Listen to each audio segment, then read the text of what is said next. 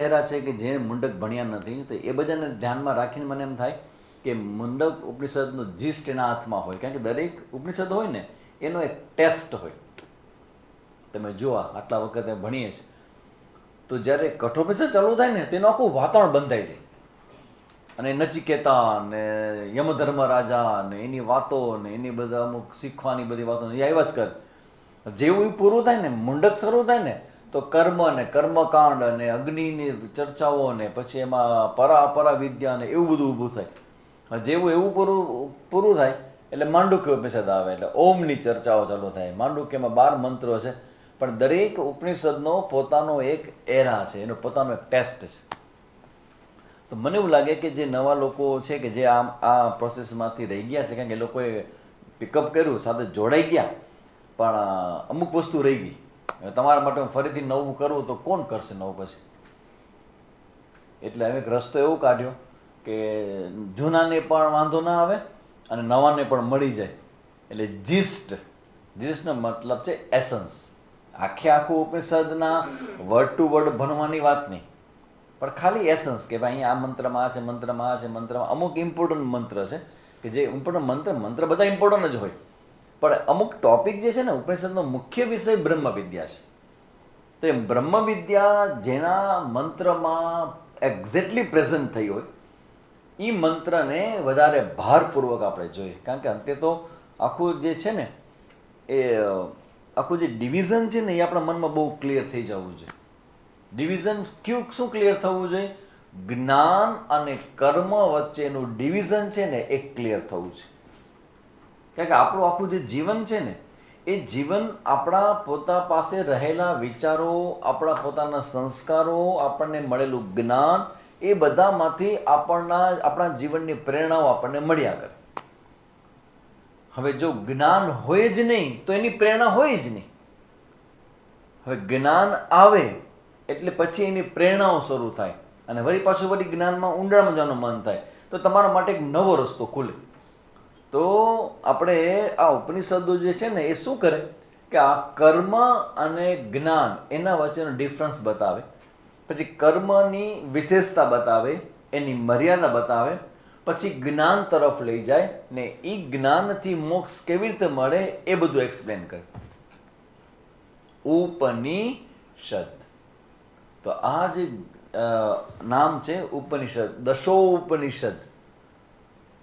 10 उपनिषद क्या क्या? ईशा केना कठ, प्रश्न, मुंडक, मांडुक्य, ऐतर्य, तैतर्य, छांदोग्य અને બૃહદારણ્ય. આ રાતના 2 વાગે પણ ધડાક કરતું આવવું છે. ઈશ કેન કટ, પ્રશ્ન, મુંડક માટે એવું નહીં, કારણ કે હું ગાંધીનગર, આ તમને ખબર પડે કે મેં એવી ભૂલ કરી, ગાંધીનગરમાં ધડાક કરતો બોલી ગયો ઈશા કેના કટના પ્રશ્ન મુંડક માંડુક્ય. માતાજી કે બેસી જાઓ ભાઈ, બેસી જાઓ. ઈશ કે ન કઠ, હાવ યુ મિસ અકારાંત. કેમ તમે ભૂલી જાઓ છો? ઈશ કે મંત્ર છે ને, મંત્રમાં હોય, પણ એમને બોલતા તમે બોલવું પડે. એટલે હા એ ના હાલે, સ્પીડ ના હાલે, થોડીક એનું છે ને મેઇન સ્પીડ ધીમી કરાવજો, એક્સપ્લેનની ધીમી કરાવજો. અંદર જાય છે બધું બરાબર છે, પણ એક્સપ્લેન છે હું કેટલા વર્ષે ધીમો પડ્યો. આ બધાને ખબર છે. આ છાયાબેન મધુબેનને પૂછો ને તો શરૂઆતમાં જો બોલતો હતો ને એટલી સ્પીડમાં હું એ સમય પૂછતો કે કેવું બોલ્યો હું, એમાં તો એ બોલવાનું મહત્વ હોય. હવે તો અર્થ ઉપર વહી ગયા આપણે. તો નવું જ્યારે બોલ ને કે ઘરમાં એવું હતું કે સૌથી પહેલાં મારા શ્રોતા મારે સામે અત્યારે હજી બેઠા છે, ખબર નહીં કેમ બેઠા છે, હજી કેટલા વર્ષો થઈ ગયા છે. ઓહો 15, 20, 25, 30, 40, 30 વર્ષ થઈ ગયા છે. અને જ્યારે બોલવાનું શરૂ થાય એટલે બધા બેસીને ધાધર બોલી જાઓ. 15-20 મિનિટ તો માન થાય, પૂછો કેવું લાગ્યું. એટલે સાહેબ કે તમે બોલ્યા બહુ સારું, પણ સ્પીડ થોડીક વધારે છે કે સ્પીડ વધારે છે. મેં તો સ્પીડ વધારે છે એ બરાબર, હવે એની સ્લો કેવી રીતે કરે? તો કીધું તમે જ કરી શકો, અમે ન કરી શકી.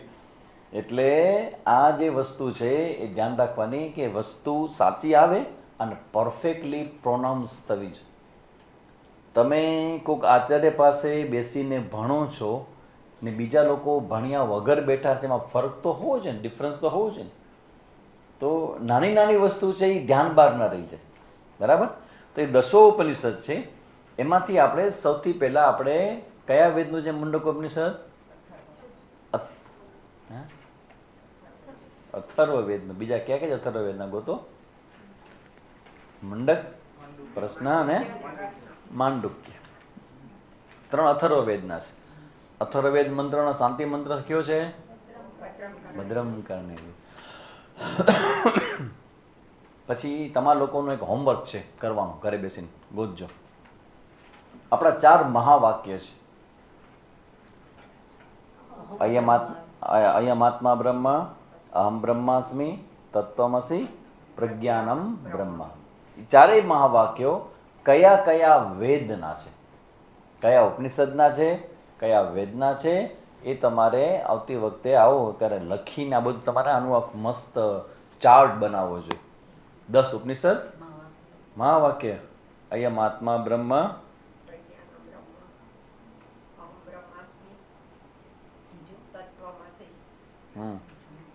બીજું અયમ આત્મા બ્રહ્મ, પછી પ્રજ્ઞાનમ બ્રહ્મ, રહી ગયું ને એક, અહમ બ્રહ્માસ્મિ, બીજું અહમ બ્રહ્માસ્મિ, બીજું તત્વમસી અને પ્રજ્ઞાનમ બ્રહ્મ. આ 4 મહાવાક્યો કયા ઉપનિષદમાંથી છે ને કયા વેદમાંથી છે એ ક્રમ પ્રમાણે લખી, 10 ઉપનિષદ છે એ કયા કયા વેદમાંથી છે એ બધું લખીને એક ફર્સ્ટ ક્લાસ ચાર્ટ બનાવી અને મસ્ત રાખવું જોઈએ, તે તમે તરત યાદ રહી જાય. 10 ઉપનિષદ એનું વિભાગીકરણ, 4 મહાવાક્ય એનું વિભાગીકરણ, એની અંદર આપણે અથર્વવેદનું, હવે અથર્વવેદ ભણીએ છીએ આપણે અત્યારે મુંડકોપનિષદમાં. એમાં આપણે લાસ્ટ ટાઈમ પ્રથમ મુંડકના 2 અધ્યાય, દ્વિતીય મુંડકના 2 અધ્યાય, તૃતીય મુંડકના 2 અધ્યાય, ટોટલ 6 અધ્યાય, એમાંથી પહેલો અધ્યાયનો એસન્સ આપણે લાસ્ટ ટાઈમ જોયું. એ જે એસન્સ જોયો એનો જે મુખ્ય જે વાત શરૂઆત થઈ ચિંતનની, એ ક્યાંથી શરૂ થયું? પ્રશ્ન ક્યાંથી શરૂ થયો? પ્રશ્ન કોણ કરે છે, જવાબ કોણ આપે છે? તમે ભૂલી જશો.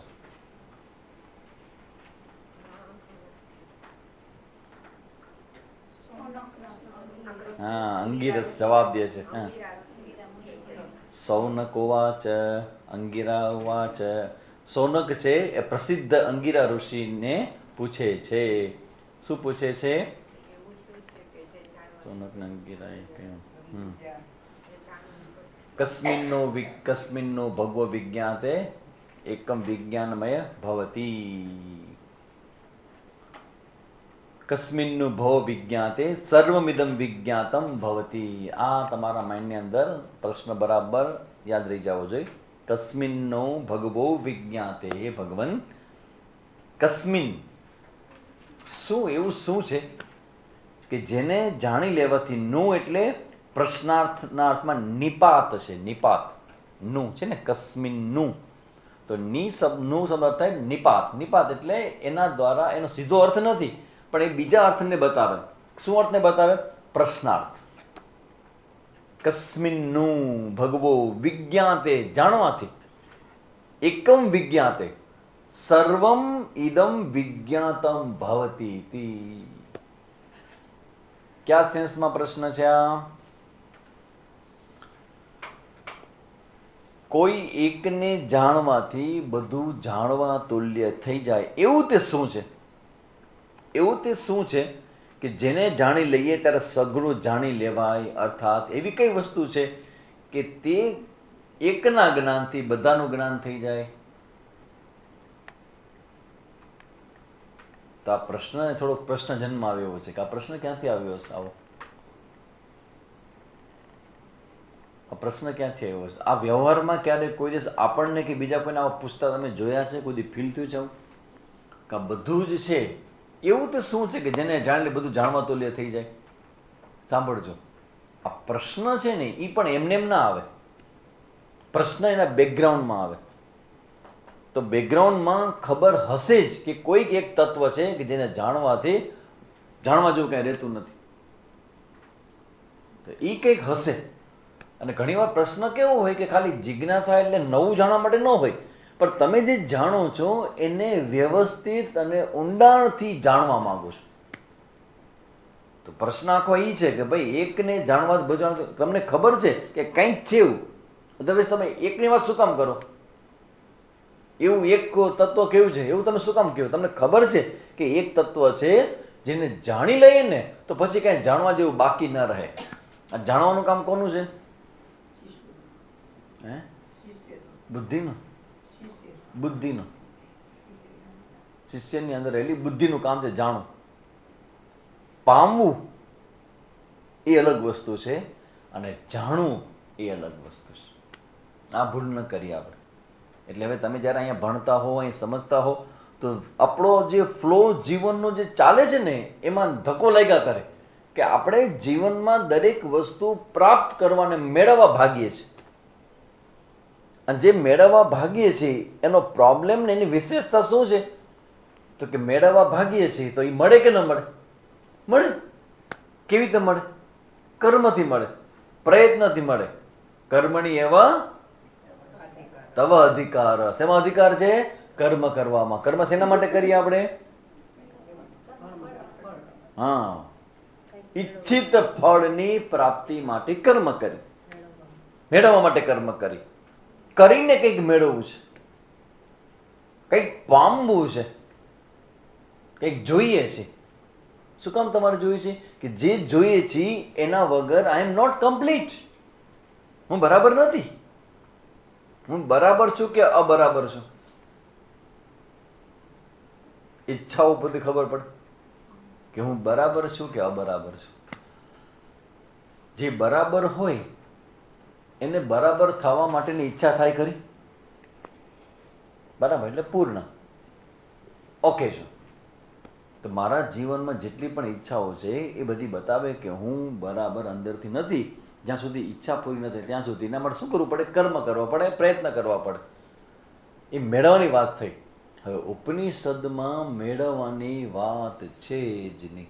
એટલે ભલભલા જિજ્ઞાસુ હોય, અધ્યાત્મના પથિક હોય, એને ઝટકો લાગે. અહીંયા કેવી ઝટકો લાગે? ધારો કે મૌન રાખું. મૌન રાખવું કેમ કે નથી એવા? મૌન રાખવું સહેલું છે કે અઘરું? હજી હે ઘણું અઘરું છે. કેટલા દિવસ મૌન રાખી, કેટલી કલાક રાખી શકાય? હે 2 કલાક. કેટલો સમય રાખી શકીએ મૌન? જોજો આ ક્યાં વાત જાય છે. ચલો મૌન કહો. હે 1 કલાક માન હે કેટલું પણ? કલાક, 2 કલાક, 9 દિવસ અનુષ્ઠાન દેવાય? થાય? થઈ શકે ને 9 દિવસ. ચલો હવે પ્રશ્ન કરો છે, 30 વર્ષ રહી શકાય? ચલો 30 years મૌન.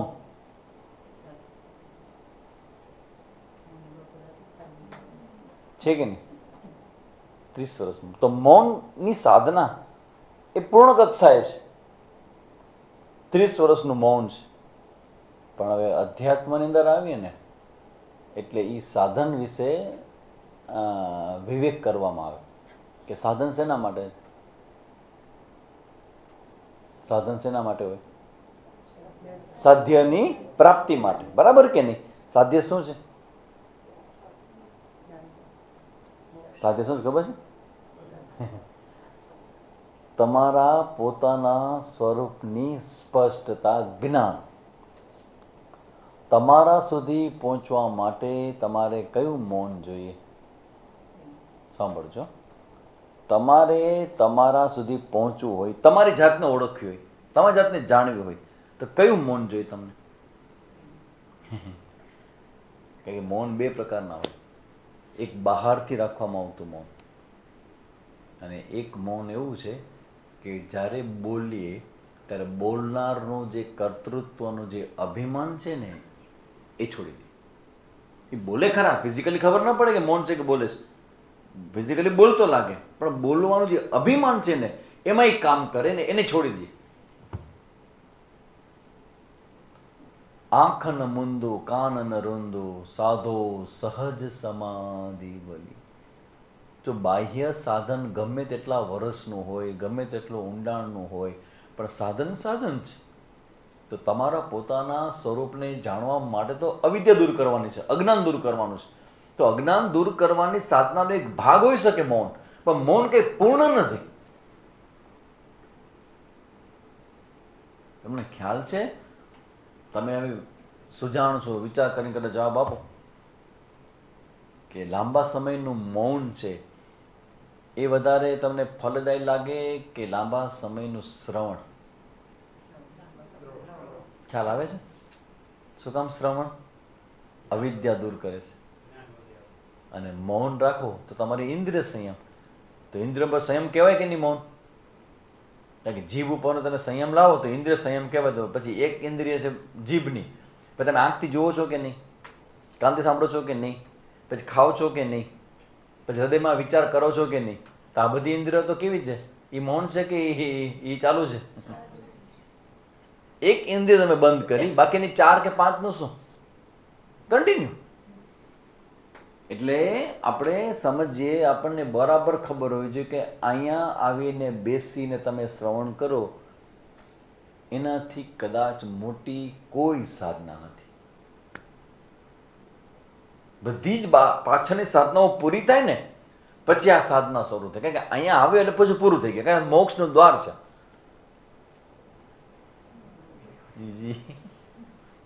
હા ફંટુસ, સાચી વાત છે. મોક્ષનું દ્વાર છે. તમે અહીંયા આવ્યા છો તો બીજી બધી સાધન, એટલે આપણા મનમાં આ સ્પષ્ટતા હોય ને, આનું ઇમ્પોર્ટન્સ હોય કે શ્રવણ કરનાર જે વ્યક્તિ છે, કારણ કે શ્રવણ પછી 2 જ સાધન બાકી રહે, મનન. અને કદાચ એવા આચાર્ય હોય, નસીબ તમારે સારા હોય કે શ્રવણ ને મનન ભેગા કરાવી દે, એટલે ધીમે ધીમે હાલે ગાડી, પણ હારી ગજબની હાલે. શ્રવણ મનન ભેગા. એ નહીં ખબર છે કે છોકરાઓ ઘરે જઈને કામ કરવાના નથી, હોમવર્ક કરવાના નથી, અહીંયા જ કરાવી. ખાલી એક ગૃહ બાકી, જો એ થતો હોય તો એ કરી નાખે. તમારા બધા નામ લખાવો, ચલો પ્રકાશભાઈ તમારા 3 કલાક 2.5 કલાકનું નિર્દેશન સ્વામીજી કરી લેશે. તમે ધ્યાન નીચે બેસજો અને હું ધ્યાનમાં બેસી શું લખીશ કે ભાઈ ભગવાન હવે જે ધ્યાન કરું છું પ્રકાશ કુમારના એકાઉન્ટમાં ડાયરેક્ટ જમા થાય. કરવું છે પણ થતું નથી એવું. એટલે હું અટકી ગયો. અમારા માતૃશ્રી નાનપણ શીખવાડ્યું કે બીજા માટે જીવો, બીજાને હેલ્પ કરો, બીજાને મદદ કરો, એનાથી મોટું કાંઈ નથી. હવે હેલ્પ કરવા કરતાં શ્રવણ મનન સેવાઓ આ બધું કરતાં હવે છેલ્લે મને વિચારે કે આ લોકોનું નિધિધ્યાસનનું શું? એ તો થાય નહીં. એટલે શ્રવણ મનન અને નિધિધ્યાસનથી મોટી સાધના કોઈ જ નથી. પ્રોબ્લેમ શું થશે કે તમે બીજી જગ્યાએ તમારે ઇન્દ્રિયનો સંયમ કરી લેશો ને. 2 ઇન્દ્રિય એટલે જીભ અને જનેન્દ્રિય, 2 જ તો છે સૌથી મોટી મનુષ્ય. ધારો કે એના પર નિયમ સંયમ તમારો આવી ગયો, પણ એક પ્રોબ્લેમ રહી જશે, એ જાશે નહીં. શું રહી જશે? તમે ભયંકર, તમારો ભયંકર એટલા માટે કે તમારો એક્સ્ટ્રીમ લેવલનો કંટ્રોલ તમારી જીભ ઉપર, સ્વાદ ઉપર ને બોલવામાં અને જનેન્દ્રિય ઉપર કંટ્રોલ સંપૂર્ણ. પ્રોબ્લેમ એક રહી જશે. તમે કોઈ પણ સાધન એપ્લાય કરો ને, એક પ્રોબ્લેમ છે અધ્યાત્મનો, તમે સાધન કરો ને તો સાધનમાં પ્રોબ્લેમ એ છે કે એનું અભિમાન રહી જાય. કેટલા વર્ષથી મૌન છે? એટલે આ કચ્છમાં બધા મૌન રાખે છે? કેટલા આખા કચ્છમાંથી કેટલા લોકો મૌન રાખે છે? બાકીના બધા ધ્યાન રાખજો. સાધન સારું, એમાં નિષ્ઠાય સારી, પણ જો જીવંત આચાર્ય આજુબાજુમાં નહીં હોય ને તો આપણા સૂક્ષ્મ મનમાં આ અહંકાર રહી જશે કે હું મૌન છું. એ નહીં જાય. હા, મને કહો, આપણું જે સ્વરૂપ છે આત્માનું, એ બોલે છે કે મૌન છે? આત્મા છે, જેને આપણે આત્મા કહીએ, ચૈતન્ય, એ બોલે છે કે મૌન છે?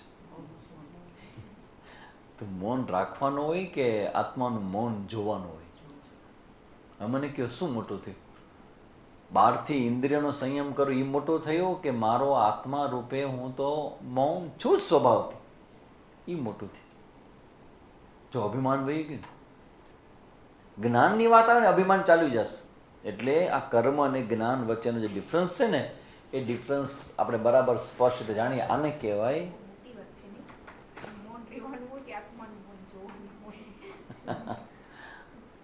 મૌનમાં મજા છે એવી નથી કોઈ બીજામાં, સાધના બધી છે અંતે મૌન થઈ જવામાં. આવજો મંગળવાર, ભજન તમને સાંભળવા મળશે. હું નહીં કહું તો ભજન ગાશે સ્વામીજી. મંગળવાર આવવાના જ આપણા સ્વામીજી, મસ્ત ભજન ગાય છે. તો એ આ ભજન ગાય મૌનમાં મજા છે એવી નથી કોઈ બીજામાં. તો એ મૌનની વાત બધી કરશે. કોને મૌન કહેવાય કે દક્ષિણામૂર્તિ આપણા છે.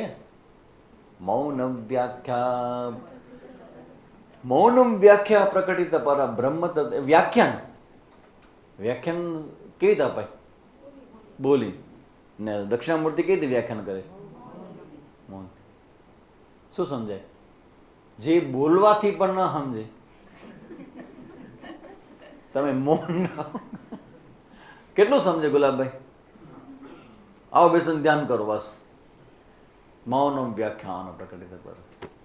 પાછું એમાં કહીએ કે પ્રકટિત પર બ્રહ્મ તત્વ યુવાનમ, એ પાછું બ્રહ્મ તત્વ પ્રગટ થઈ જાય મૌનથી. એ મૌન એટલે ફિઝિકલ મૌન નથી, એ મૌન છે સ્વરૂપનું મૌન છે. મારું પોતાનું સ્વરૂપ જ મૌન છે. આ વાણી બોલે છે, હું ક્યાં બોલું છું? આ કર્તૃત્વ જે છે ને એ જ્યારે શાંત થાય ને એ સાચું. પછી કર્તૃત્વ શાંત થાય તો પછી બોલે કે ન બોલે શું ફેર પડે? કૃષ્ણ ન કે આટલી બધી ગોપીઓ સાથે હું રહ્યો છું તો હું આજીવન બ્રહ્મચારી હોઉં તો રસ્તો થઈ જાય. એમ કેમ રસ્તો થઈ જાય? થઈ ગયો. ઓલા મુનિ કેમ દુર્વાસા આવડું બધું ખાઈ ગયા, છાસ નાન તેન દઈ નહીં કે આવું કે કાંઈ પણ ખાતો સદા અપવાસી હોવ તો કેજો રસ્તો કરે છે જમણા રાણી. થઈ ગયું હોય. એ સ્ટોરી સમજાવે છે કે આપણી અંદર એક અહંકાર જીવે છે અને એ અહંકાર છે ને એ સૌથી ઇમ્પોર્ટન્ટ છે સંસાર માટે. અહંકારની માસ્ટરી શેમાં છે ખબર છે? એ તમને ખબર જ નહીં પડવા દે કે એ તમારી પાછળ ભેગો ભેગો હાલ્યા જ આવે છે. વાય વાય વાય વાય હાલ્યા જ આવે છે. જોઈ લ્યો કે સંસાર આખાને મેં જીતી લીધો છે. કોઈ મમ સમાન ભયંકર અનંત સાધન બ્રહ્મચર્યનું પાલન કરું છું. કેટલા વર્ષની મારું બેઠક છે, રોજને 10 કલાકનું ધ્યાન કરું છું. છે કોઈ? છે? કોણ છે? બતાવો મને, મારજો. હા, મારા જેવું કોઈને શું કહે કચ્છીમાં? મું જેડો કોઈ નાય. નેર હાઉ નેર મું જેડો કોઈ નાય. હાઉ ચો આણે ચો કોઈ હે? કોઈ હાય? આને ચો કોઈ હાય? મું જેડો કોઈ નાય. એટલે ઉપનિષદોનું જ્યારે અધ્યયન કરીને ત્યારે તમને ખબર પડે કે આ જે સાધન છે ને શ્રવણ કરવાનું એ શું કામ કરે? એ આપણા અહંકારના સૂક્ષ્મ ભાગને પણ રહેવા નથી. ને તમારે અહીંયા તમે જ્યારે સામે બેઠા હો તો તમારો અહંકાર શું કામ કરે? તમે ખાલી જોયા કરો ને તમારી પાસે જે સંસ્કારો છે ભાષાનો એનો ઉપયોગ થાય, તમારા મનનો ઉપયોગ થાય, તમારે તો કંઈ કરવાનું છે નહીં. જે કરે છે આચાર્ય કરે ને તમારે જોયા કરવાનું છે. તો બસ તમારી ભૂમિકા આ છે ને તમે વાસ્તવમાં જોયા જ કરવાનું. તમારે ઓપરેશન કરે ડૉક્ટર સાહેબ, દર્દીએ શું કરવાનું? હે તો શું કર્યું ત્યારે ઓપરેશન?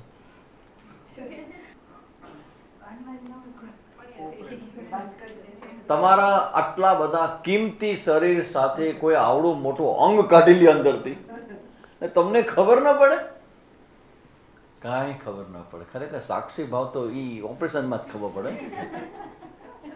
ડૉક્ટરને કેવું પડે તમે વહેલા અમારો સાક્ષી ભાવ સામેજી 12 વર્ષથી ભણાવે, 18 વર્ષથી પ્રેક્ટિકલી કે ઠક્કર સાહેબ તમે જ બતાવ્યું અમને, તમે જે અમને બતાવ્યો હોય સાક્ષી ભાવ, શરીર છું જ નહીં હું. શરીર છે પણ હું શરીર નથી. જે તમારા શરીરનું કરું કરું, ચૂકે ચા ન કરું, નિયંત્રણ જો મારું. તો આ બધી વાત છે એ આ સાધનની સ્પષ્ટતા બાબતની છે. હવે આ મુંડક ઉપનિષદની અંદર શરૂઆતમાં પેલી પરા અને અપરા, એ જવાબ ક્યાંથી આવ્યો કે કોને જાણવાથી બધું જાણવા તુલે થઈ જાય? તો કે આ જગતનું કારણ બ્રહ્મ છે અને બ્રહ્મ વિશેની વિદ્યાને પરાવિદ્યા કહેવાય, અને બ્રહ્મ સિવાયની જે બધી વિદ્યાઓ છે એને શું કહેવાય?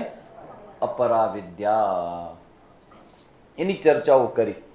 અને બ્રહ્મ જગતનું કારણ છે, બ્રહ્મ એક છે, બ્રહ્મ નિત્ય છે, બ્રહ્મ પૂર્ણ છે, અને જગત એમાંથી આવ્યું, એમાં ટકે છે, એમાં લીન થઈ જાય. આ બધી સ્પષ્ટતાઓ કરી પેલા મુંડકની અંદર.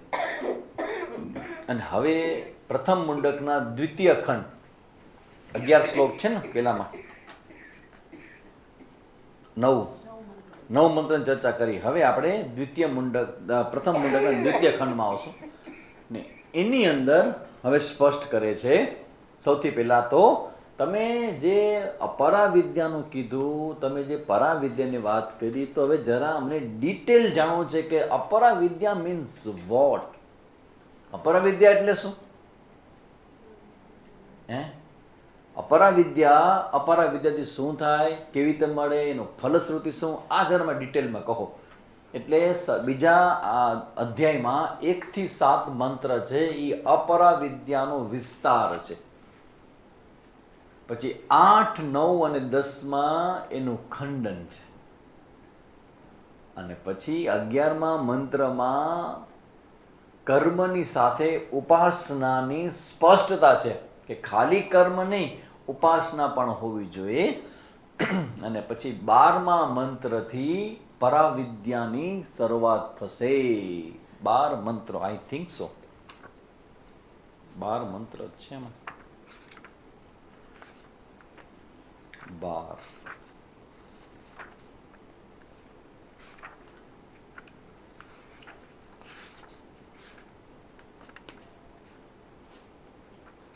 વાહ, 13 મંત્ર છે. એમાં 12 અને 13 એ પરાવિદ્યાની શરૂઆત માટેના છે. તો આખું ડિવિઝન છે. 1 થી 7 મંત્ર કર્મકાંડ વિશેના, પછી 8 અને 9 એની મર્યાદા, 8, 9 અને 10માં, પછી 11મા અને 12માં પરાવિદ્યાનો શરૂઆત કરવામાં આવે છે. અને પછી બીજા મુંડકથી એ પરાવિદ્યા એટલે બ્રહ્મ અને બ્રહ્મની ચર્ચાઓ, કે બ્રહ્મ છે એ જગતનું કારણ છે. તો એક બ્રહ્મમાંથી આવડું બધું જગત કેવી રીતે થઈ ગયું, એની બધી સુંદર ચર્ચાઓ એના પછીના બીજા મુંડકના પહેલા અધ્યાયમાં હશે. તો અત્યારે આપણે પહેલા મુંડકનો બીજો અધ્યાય જોઈએ છીએ. એમાં અપરાવિદ્યાની ચર્ચા શરૂ કરતા અહીંયા કર્મની ચર્ચા છે. અપરાવિદ્યાના વિષયનું વિગતે વર્ણન કરે છે. જે અહીંયા હવે અપરાવિદ્યા શેના માટે છે?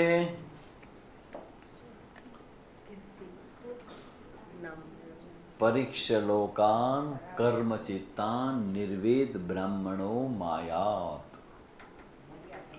અપરાવિદ્યા શેના માટે છે? વૈરાગ્ય માટે છે. વૈરાગ્ય એટલે શું? વસ્તુનું જેવું સ્વરૂપ છે ને એવું સમજાઈ જાય એટલે વૈરાગ્ય. બરાબર ને? તમને વસ્તુ મેળવવાનું મન થાય કે હવે સ્વાભાવિક રીતે પૂછો કે ત્યાં ભાઈ 500ની લગભગ 10-15 નોટ પડી છે અને આજુબાજુમાં કોઈ ન હોય ને કોકની પડી ગઈ હોય, તમને શું થાય? વિચાર શું આવે? નોટ પડી છે તો લઈ લઈએ, બરાબર ને? ભલે સારી જગ્યાએ વાપરશું આપણે, સાધક સમર્પણ લખાવી દઈશું, પણ લઈ લે ત્યાં સારી જગ્યાએ યુઝ થઈ જાય. અથવા તો ઘણી જગ્યાએ દેવાના બાકી છે, દેવું છે માથે, એવા લોકોને પૂછે કે તમે તો બધા હવે ખાધે પીધે સદ્ધર વ્યક્તિ, તમને શું ફેર પડે? પણ જેને ઉપર દેવું હોય, કે જેને હજારનો હપ્તો ભરવાનો હોય, એ જોઈએ કે 5,000 પડે છે, 5 મહિનો મારો નીકળી જાય એમ છે, તો 5,000ની એ 500 વાળી કેટલી નોટ થાય? 10. તો 10 નોટ લઈ લેવામાં વાંધો શું? ગમશે જ, લઈ જ લે, આકર્ષણ થશે લેવાનું. પણ હવે ખબર પડે, પેલી નોટ જોઈ તમે, અરે તારી ભલી થાય, તો પ્લાસ્ટિકની છે નોટ, તો પ્લાસ્ટિકની છે. પછીની 4 નોટ પછી તમે શું ફીલ થાય? વૈરાગ્ય. વસ્તુની મર્યાદા. જો જગત છોડવાનું છે, સ્ત્રીને પુરુષના શરીરો છોડવાના છે, ખાવા પીવાનું છોડવાનું છે, આમ ઘર પરિવાર છોડવાનું છે, એ બધી વાત છે ને એ સાધન રૂપે હોય, પણ ખરેખર સ્પષ્ટ એટલી જ કરવાની છે કે જે તમે છોડો છો એની મર્યાદા ખબર છે તમને? આકર્ષણ શેનું થાય? અવિચાર કૃતો બંધ વિચારેને વિનિવર્તતે. અવિચાર કરો ને તો આકર્ષણ થાય, અને વિચાર કરો ને તો એની મર્યાદા દેખાય છે. સંસારનું આકર્ષણ શું બતાવે છે? અવિચાર. અવિચારથી આકર્ષણ થાય, અને વિચાર કરો એટલે છૂટી જાય, આકર્ષણ છૂટી જાય. એટલે આ જે અપરા વિદ્યા છે એ અપરા વિદ્યા સંસાર અને સંસારની ગતિની મર્યાદા સ્પષ્ટ રીતે બતાવી દી. અપરા વિદ્યા. હવે એની ચર્ચા એ કરવી ઉપનિષદ. અપરામાં આપણે જે આગળના મંત્રમાં જોયું એમાં શું શું ગણતરી કરી હતી? અપર વિદ્યામાં મંત્રમાં શું ગણતરી કરી હતી? ઋગ્વેદ, યજુર્વેદ, સામવેદ, અથર્વવેદ, આ 4 વેદ, અને શિક્ષા, કલ્પ, વ્યાકરણ. હા, એ બધું શેમાં આવે?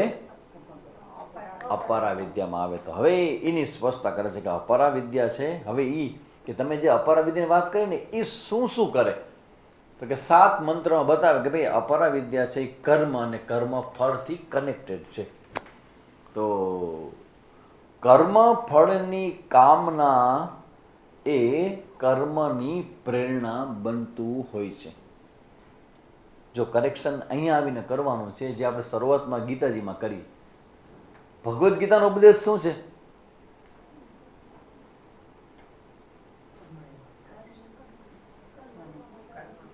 ફોકસિંગ ક્યાં હોવું જોઈએ? કોણ કે છે? મનુ ભાકર. હવે તો નવું નામ આવ્યું ભાઈ. કૃષ્ણ ભગવાન તો છે જ, હવે એ તો બધાના મૂળમાં છે. પણ મનુ કહે છે. આ મનુએ કીધું છે. કોણ છે મનુ ભાકર? જો તો કોઈને ખબર નથી. પ્રકાશ તને ખબર? એ હાલા બે શૂટર, 2 કાસે ચંદ્રક, એક નહીં. પણ એની જવાબ આપ્યો જબરજસ્ત થાય. આટલા 10 વર્ષની મારી મહેનત અને મનુ ભાકરનો એક જવાબ ભારતભરમાં ફેમસ થઈ ગયું. આપણે 10 વર્ષથી છોકરાઓને આ જ સમજાવીશ, તમારું ધ્યાન કર્મ ઉપર ફોકસ કરો. રિઝલ્ટ અને આ બધું છે એ તો ઓન ધ વે છે, એના પર ફોકસ ન કરો. એ તો મળશે જ. તમારું કર્મ કરે એ તો મળશે જ, પણ તમારું ધ્યાન એના પર નહીં, તમારા પ્રયત્નો ઉપર, તમારા કર્મનો અધિકાર છે એના પર ફોકસ કરો. હવે કર્મ જે છે એ મોટે ભાગે કર્મ ફળથી પ્રેરિત હોય, એટલે પછી આસક્તિ થઈ જાય ને પછી કર્મ ફળની ગણતરી થયા કરે. આટલું કર્યું ને આટલું મળ્યું, આમાં શું મને મળ્યું, આમાં શું દેશો તમે મને? એ વિચાર જાય જ નહીં. એટલે ઉપનિષદ અહીંયા કહે છે કે પેલા મંત્રમાં કર્મ અને કર્મ ફળ છે એ બંને છે એકબીજા જોડાયેલા છે. અને હવે ખરેખર તો એવું શાસ્ત્ર એવું કહે છે કે કર્મ ફળની કામનાથી યુક્ત થઈને તમે નિત્ય આચરણ કરો. કર્મ ફળ જોતું હોય તો કર્મ કરો, શાસ્ત્ર જ કહે છે. તો ત્યાંથી કર્મની શરૂઆત થાય કે હું જે ઈચ્છા હોય તમારા મનમાં, જે ઈચ્છા મનમાં હોય તમે ઈચ્છા પૂરી કરવા માટે કર્મ કરો. જો આમાં વર્ણન છે શાસ્ત્રીય કર્મોનું, અને આપણે આપણા કર્મ પણ સમજી લેવાના. શાસ્ત્રીય કર્મ એટલે બીજા મંત્રમાં અગ્નિહોત્ર કર્મની ચર્ચા છે. આ બધી ચર્ચા છે. 1, 2, 3, 4, 5, 6 અને 7 અલગ અલગ પ્રકારના કર્મ ને એની ગતિ એનું વર્ણન કરે છે. અને શરૂઆતમાં લાગે કે આ તો બહુ સરસ, વાહ વાહ, અગ્નિહોત્ર કર્મ એટલે શું? ઓ ભાઈ, જે જોતો બધું મળે. અગ્નિહોત્ર કર્મ નિયમિત રીતે તમે યજ્ઞ કરો, અને યજ્ઞથી સ્વાસ્થ્ય મળે ને, આયુષ્ય મળે ને, પૈસા મળે ને, પ્રતિષ્ઠા મળે ને, જે જોઈ. એટલે પેલાના સમયમાં કેવું હતું? હા, સ્વર્ગની પ્રાપ્તિ માટે પણ આવું કર્મ કરવામાં આવે. એટલું જ નહીં, એવું કહેવાય કે ગ્રહસ્થી હોય ને એને રોજે રોજ ઘરમાં યજ્ઞ થવો જ જોઈએ. ગ્રહસ્થીના કર્મ દરેક ગ્રહસ્થીએ યજ્ઞ કરવો ને કરવો. એ યજ્ઞની જ્વાળાઓ જે ઘરમાં પ્રગટ થાય, એ જે ધુમાડો જે થાય એ તમારા ઘરના વાતાવરણને અતિ પવિત્ર કરે. આપણે તો આ શાસ્ત્રમાં તો ખબર ન પડી આવું કીધું છે, પણ કોરોનામાં ખબર પડી. કોરોના કાળમાં ખબર પડી કે ભાઈ યજ્ઞ કરવામાં આવે તો કોરોનાના જમ્સથી બચી. તો એ યજ્ઞની જે વાત છે એ અહીંયા ઉપનિષદમાં તો યદા લેલાયતે હિ અર્ચિહી, ખૂબ સરસ. અર્ચી એટલે જ્વાળા. હવે મંડક ઉપનિષદમાં અગ્નિની સ્પષ્ટતા બહુ સરસ મજાની છે. એમાં સ્પષ્ટતા કરે છે કે અગ્નિ, જ્યારે અગ્નિ પ્રજ્વલિત થાય અને એ અગ્નિની બધી જ્વાળાઓ પ્રગટ થાય ત્યારે તમે જે આહુતિ આપો એટલે અગ્નિ ભોજન ગ્રહણ કરે તમારા હાથ દ્વારા. અને એ જે ભોજન ગ્રહણ કરે ને એ તમને બ્લેસ કરે. શું કરે? તમારી ઈચ્છા પૂરી થાવ. એટલે ખરેખર આ અગ્નિ જે છે ને એની એટલી બધી ફળ છે, એટલું બધું મોટું ફળ છે. એટલે આપણા શાસ્ત્રમાં નાનપણથી અગ્નિ કાર્ય કરવાની આપણને આજ્ઞા આપે છે વેદ. હવે તો બધા આપણે વેદથી બહુ દૂર થઈ ગયા છે, પણ ગૃહસ્થીનું ઘર હોય ને અગ્નિ થતો ન હોય તે ગૃહસ્થના ઘરે જવાય નહીં, શુદ્ધિ જ ન હોય કંઈ. બ્રહ્મચારીઓએ યજ્ઞ કરવાનો હોય. તો આ બધા બ્રહ્મચારીઓ છે પણ યજ્ઞને ખબર નથી યજ્ઞ કરવાનો. યજ્ઞ કેવડો મોટો બેનિફિટ આપે. સંધ્યાવંદન કેટલો મોટો બેનિફિટ આપે. તમારી અંદરનો પ્રમાદ, તમારી અંદરની આળસ, તમારી અંદરનો આ મેન્ટલ લેવલ ઉપર જે વિવરિંગ જે છે, કોઈ એક વિષયને ફોકસ કરીને થિંકિંગ કરતા આવડે કે નહીં એ જ ટેસ્ટ કરે. તમારે જ્યારે ઇન્ટરવ્યૂ લેવામાં આવે ને ત્યારે હાવ યુ થિંક એ જોવે લોકો ચેક કરે. ત્યારે બ્રહ્મચારીઓ આવા યજ્ઞ કરે, ગાયત્રી કરે તો એનો કોન્ફિડન્સ લેવલ હાઈ થાય અને ત્યાં સુધી કે એના બોલવાથી કે એના વિચારવાથી ઘણું બધું ચેન્જ થઈ જાય. હવે એ જો નાના છોકરાઓ હોય એ સમિદા ધાનમ નામનો અગ્નિ આવે છે. જે બ્રહ્મચારી કહેશે કે ગૃહસ્થીના માટે ક્વોલિફાઈડ જ નથી, તમે લગ્ન કરો તમે ન કરી શકો. તો એ જે યજ્ઞ છે સમિદા ધાનમ, સમિત આધાનમ, સમર્પણ કરવું. સમિત એટલે કાસ્ટ, અગ્નિનો ખોરાક, એ અગ્નિને અર્પણ કરું. જો છોકરાઓ તમારા ઘરમાં યજ્ઞ થતો હોય ગૃહસ્થીના ઘરમાં અને નાનપણથી છોકરાઓ 10-12 વર્ષનો હોય ને એ રોજ યજ્ઞ કરે તો ચાણક્ય સિરિયલ જોઈ લેજો. કેવા બ્રિલિયન્ટ સંતાનો, કેવા છોકરાઓ થાય. કે અત્યારે દક્ષિણ ભારતની જે બધી પાઠશાળાઓ, જે બધું વૈદિક પાઠશાળા જે બધી ચાલતી હોય ને, નાના છોકરા હોય, આપણા કોઈમ્બતુરમાં ચાલુ થઈ છે, તો ત્યાં એ છોકરાને રોજ સમિધાધનમ કરવાનો હોય, રોજે રોજ એવરીડે ગાયત્રી કરવાનો હોય. તો એ છોકરાઓ જ્યારે મોટા થાય ત્યારે એની મેધા શક્તિ, એનું તેજસ્વીતાને તમે જુઓ તો કે વાહ. તો હવે એ અગ્નિની વાત કરે છે કે સારી રીતે પ્રજ્વલિત થયેલો અગ્નિ હોય એ જ્વાળા નીકળવા માંડે ત્યારે 2 આજ્ય ભાગની મધ્યમાં આહુતિઓ આપવી. એવું કોણ કહે છે? વેદ કહે છે કે આહુતિઓ તમારે આ જગ્યાએ આ રીતે આપવી. તમે સ્વાહા સ્વાહા કરો એમ ના હાલે. સ્વાહા કેવી રીતે કરાય?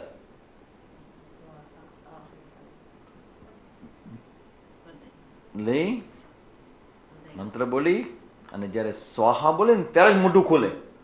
પેલા નો હોય ને પછી એનો હોય સ્વાહા, આ રીતે. આમ ના હાલે. હા, આમ આમ નાખે. શેમાં નાખવાનું હોય? તંત્રમાં.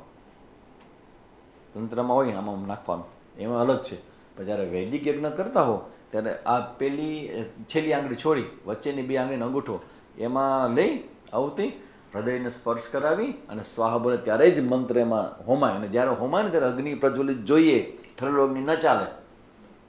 તો તમને અગ્નિ પ્રજ્વલિત કરતા આવડો જોઈએ. નાનો ઓલું હોય છાણ, એમાં ઘીનો દીવો કરો, નાના નાના લાકડા કાસ્ટ ગોઠવો, થોડીક લિક્વિડ ફોર્મમાં ઘી રાખો સાથે અને અગ્નિ પ્રજ્વલિત થાય અને 16 આહુતિ હોય, ખાલી 16, 2 બાજુથી બોડી ઘીમાં અને 16 આહુતિ હોય.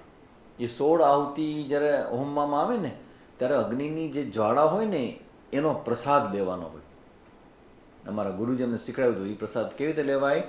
ગ્લાસ લઈ ને એમાં થોડું ઘી લગાવી અને એ જે જ્વાળા હોય ને એ જ્વાળામાંથી 4 ઓલા લે, શું કહે, 5-7 ઓલા દર્ભ લે અને એ દર્ભ એમાં અગ્નિમાંથી પ્રગટ કરી અને ગ્લાસમાં નાખી દે. ગ્લાસમાં કાળું કાળું થઈ જાય. એ કાળું થઈ જાય ને એનું તિલક કરે ને એટલે ગયો પડ્યો છે, કોઈ એની સામું ઊભું ન રહી શકે. ઇન્ટરવ્યુ દેવા જાય એટલે બધાના મનને ખેંચી લે, એકદમ સ્ટ્રોંગ થઈ જાય. દેવતાઓના આશીર્વાદ લઈને જે બેઠો હોય છોકરો એ કેવો થઈ જાય. તો એ અગ્નિ કાર્ય છે. એટલે એની ચર્ચા અહીંયા. હવે એ અગ્નિનો જે ફળ છે એ અગ્નિ દેવતાનું એ શું થાય તો કે સ્વર્ગલોકની કામનાઓ તો એ પૂરી થાય, તમારો સંસારની કોઈ કામનાઓ તો એ પૂરી થાય, તમારી ઈચ્છાઓ પૂરી થાય, આવું બધું થાય. પણ એક ધ્યાન રાખો કે વિધિહીન કર્મનું અનિષ્ટ ફળ, તમે જો અગ્નિ કાર્ય કરો અને વિધિ બરાબર ન કરો તો અનિષ્ટ પણ થઈ શકે. તો કર્મ મુશ્કેલ એટલે જ છે કે એની તમારે વિધિ હોવું જોઈએ. જેમ કે તમે બધા યજ્ઞ કરાવો, તમે યજ્ઞ કરાવો છો કે નહીં? યજ્ઞ કાર્ય કરાવો છો. કોઈ દિવસ તમે કોઈ ભૂદેવને પૂછ્યું કે આ યજ્ઞ કરી દે, યજ્ઞ કરતા પહેલા અમારે શું કરવાનું હોય? ભૂદેવ શું કરે તમને? હા, શું કરાવે સૌથી પહેલા? શુદ્ધિકરણ કરાવે ને? એ ના લે, એ ના લે. એની પહેલા તમારે યજ્ઞ કરવા પડે. અમુક પ્રકારના તમે પૂર્વાંગ પૂજા જેને કહેવામાં આવે, પૂર્વાંગ યજ્ઞ જેને કહેવામાં આવે, એ જ્યારે તમે કરો ને ત્યારે ઓલા મોટા યજ્ઞ માટે તમે ક્વોલિફાઈડ થાવ અને પછી રિઝલ્ટ તમને મળે. હવે આમાં જો લખ્યું છે ઉપનિષદમાં, આજે આપણે તો ક્યાં જવાના છે, કર્મકાંડ આપણો વિષય નથી, પણ ઉપનિષદમાં લખ્યું છે કે જ્યારે જેનો અગ્નિહોત્ર દર્શ, અગ્નિહોત્ર દર્શ, એના અમુક પ્રકારના ઓર્ડર હોય કે આ કરવાનો નહીં કરવાનો, પૌર્ણમાસ તમારી તિથિ હોય એની સ્પષ્ટતા કરવામાં આવી હોય, ચાતુર્માસસ્ય આગ્રણ્યમ અતિથિ પૂજન, આ બધું તમારે કરવું પડે પહેલાં, અને એ બધું કરો પછી તમે યજ્ઞ કરવા માટે ક્વોલિફાઈડ થાવ. તો હવે આવું તમે કરાવતા હો અને યોગ્ય સમયે કરાતા હવન વૈશ્વદેવ રહિત હોય, આના વગર તમે કંઈક નિયમનું પાલન ન કર્યું અને યજ્ઞ કરો, અને કહેવાય અવિધિપૂર્વકનો યજ્ઞ. અશુદ્ધ અવસ્થા હોય તમારે ને એ સમયે તમે યજ્ઞ કરો તો અવિધિપૂર્વક કરેલો યજ્ઞ છે એ શું કરે? 7 પેઢીઓના 7 લોકનો નાશ કરે. તમે નહીં, તમારી પછીની પેઢી, એની પહેલે મન પડે ગાયત્રી મંત્ર બોલવા માંડે ને મન પડે ગાયત્રી મંત્રનો યજ્ઞ કરવા માંડે ને પ્રોબ્લેમ સમાજમાં એટલે થાય છે. ધર્મ વધ્યો એમ લાગે તમને, પણ જે ધર્મ વધ્યો છે ને એ બધા ઓર્ડર વગરનો ધર્મ છે. એને શું કહેવાય? મિસગાઈડ થયેલો ધર્મ. અને હવે એ તો આ બધી કેવી પ્રજા કહેવાય? બિચારી શ્રદ્ધાળુ ભગત કહેવાય બધા પ્રજાળુ. હવે એ ભગતને તમે જેમ કેમ બધું કરે, મારે યજ્ઞમાં બેસો, મારી યજ્ઞ બેસો, મારી યજ્ઞ બેસો. ખબર નથી કે યજ્ઞ કરાવનારનો અધિકાર જ નથી કે યજ્ઞ કરાવી શકે. તમને લાગે છે કે જેનો અધિકાર યજ્ઞ કરે દેવતા આવે એમ? આ બધા અગ્નિમાં દેવતા આવે? ના આવે. અગ્નિમાં દેવતાઓ એ આવે કે જ્યારે તમે એને ટર્મ્સ કન્ડિશન પૂરેપૂરા પાલન કર્યું હોય ત્યારે. હા, તો પછી એક છેલ્લી કન્ડિશન આપણે બચાવી લે કે ભાઈ કાંઈ થયું હોય કે ન થયું, કે સ્વામીજીને બોલાવી લો, મહાત્માને બોલાવો. કેમ તો કે એ આવી જાય ને તો કે આડું અવડું હોય તો બધું હરખું થઈ જાય. આડું અવડું જ હોય પછી મરે કોણ? જમવા આવ્યા બિચારા, તો એક ટંકનું ભોજન લેવું એમાં તો ધોલાઈ થઈ જાય નહીં. આ નથી કર્યું, ઓલું નથી કર્યું, આને બધું તમારા ઉપર. વચ્ચે પડો છો ને, પડો વચ્ચે કે આ બધું તમારા ઉપર આવશે. એટલે આ બધા નિયમોનું પાલન કરવું જોઈએ. એ શેના માટે કહે છે? એટલા માટે કે આ કર્મ કરીને ફળ મેળવવાનું કાંઈ નાની માના ઘર નથી, બહુ અઘરું છે.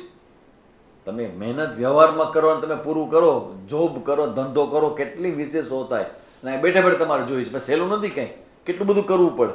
એટલે કે છે અહીંયા સ્વામીજી કહે છે કે અગ્નિહોત્ર કર્મ છે એમાં ઘણા બધા તમારે પૂર્વાંગ પૂજા તમારે વ્યવસ્થિત કરવી પડે. જો એ નહીં કરો, એમાં જો કે ભૂલ આવી ગઈ તો એક કરતાં બીજું થાય. આમને એક્ઝામ્પલ છે ઇન્દ્રનું. અસુરનો વૃત્તાસુરનું એક્ઝામ્પલ છે. ઇન્દ્રને મારે એવો બોલવાને બદલે ઇન્દ્રથી મરાય એવું બોલાઈ ગયું. That's all. ઇન્દ્રને મારે એવો મારે પુત્ર જોઈએ, એની બદલે શું બોલાઈ ગયું? ઇન્દ્ર જેને મારે, કારણ કે સામાન્ય એક મિસ્ટેક થઈ ગઈ, દીર્ઘ થઈ ગયું, એ ભક્તિ બદલાઈ ગઈ. ઇન્દ્ર જેને મારે એવો દીકરો એવું થાય પછી. એટલે આ બધું અઘરું છે.